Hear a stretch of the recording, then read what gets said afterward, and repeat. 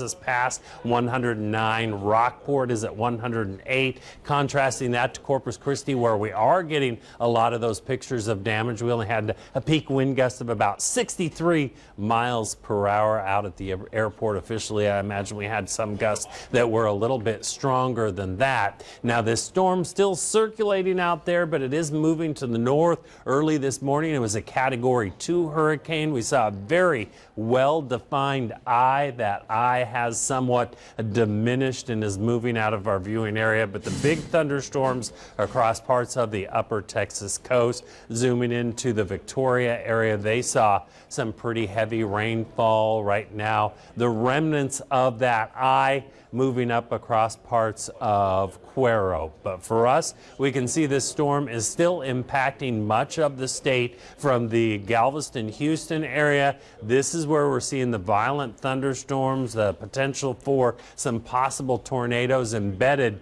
in these storms here, and the heavy rain going all the way from College, Bryan Station, Austin, San Antonio, and then we're right on the fringes of it. So we're seeing the rain starting to diminish at this point, but it is moving up to the north. Now, rainfall totals were very impressive just to the north and off to the east of us. We were right on the edge of it, so we picked up about 2 to 3 inches of rain here in Corpus Christi. But if you're wondering where the eye came in, you can pretty much see that. Port Aransas, Aransas Pass, up into Rockport, these areas picked up 9, 10, 11, close to 12 inches of rain. Now, as a hurricane comes in, it loses that fuel, and so that's when they start to weaken. And you can see where that really started to happen as it got closer to Refugio. The numbers dropped off about 4.5 inches of rain, and as that moved up, we've definitely seen the intensity of this storm diminish over the past couple of hours. The eye also breaking down as it's moving into Victoria and Cuero. Goliad also saw some pretty good rain, but these storms dumping tremendous amounts of rain across much of the state. You can see very heavy rain up across parts of Galveston, up into Houston, and that's not all. Right here in the Palacios area, about 6 inches of rain. Just north of Victoria, about 4 inches of rain. And we want to look at some of these other amounts. Take a look at this. Now, if we'd had some very heavy rain like we sometimes do and the ground was saturated, this would be a significant problem, causing a lot of flooding. Another swath, this looks more like the eye, where we saw anywhere between 8 to 12 inches of rain. That's exactly what happened. This is 290, Highway 290. It's a source of where a lot of people go from Austin all the way over into Houston. Katy, about 8.5 inches of rain. LaGrange, about 8.5 inches of rain. Giddings, 6.7. So you know that ground is saturated now. So if we get another area of very heavy rainfall in some of these spots that have already seen this, that's where we're going to see the very dangerous flooding. We could have to look at swift water rescues, homes being swept away, a lot of property damage. So we are not done with this storm yet, even though this storm is likely to drop it into a tropical storm in the next couple of hours. Its winds about 75 miles per hour, some gusts about 90 miles per hour. The peak, the storm is about 25 miles just west of Victoria. So this storm is moving to the north. The brunt of it just missed Corpus Christi over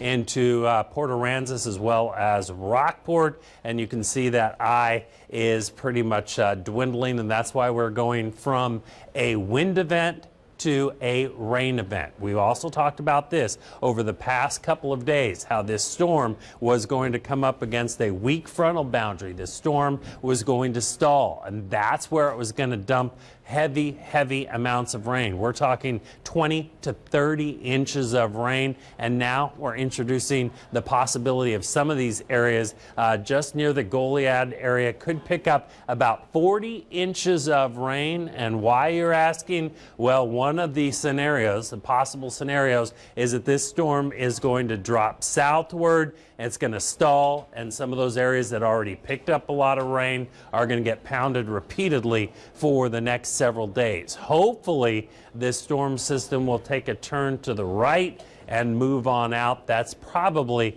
the best case scenario for us. Now, as far as the winds, stepped outside over the past couple hours, you know it's still windy out there. We're looking at tropical storm force winds right here from Corpus Christi, Mathis, up into the San Antonio area. Basically, all these areas shaded in the yellow, tropical storm force winds. We're looking at hurricane force winds over in the orange, and then the center where that eye is starting to die, that's where we're seeing the possibility of the strongest winds. Now, we went, as I mentioned, from a wind threat to a heavy rain threat. We got the flash flood watch. This is in effect, and that's through Tuesday evening. That's why we're going to continue to see the possibility of flooding across our area, all the way up across the hill country over to the Houston area. So they have extended that flash flood watch through Tuesday evening, just in case that storm does make a turn back in our direction. Now, as we take a look at the future tracker, this is what we want to focus on, because this is where we go next. The winds die down, and these areas in the yellow, anywhere between 20, 30 inches of rain, with the possibility of about 40 inches of rain.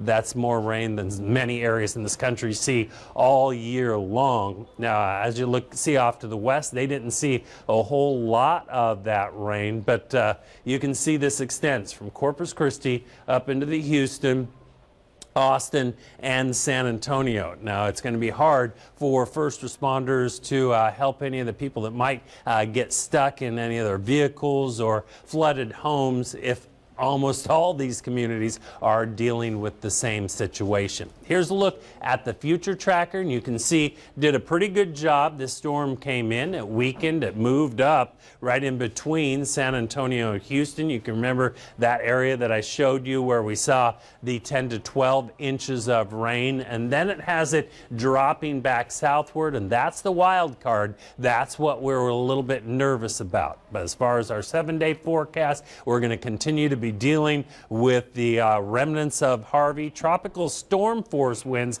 expected through Monday, with the possibility of flooding each day. That flash flood watch in effect through Tuesday evening. Now let's go back to Drew and Priscilla. Tom, thank you. This is our downtown sky cam right now. Once again,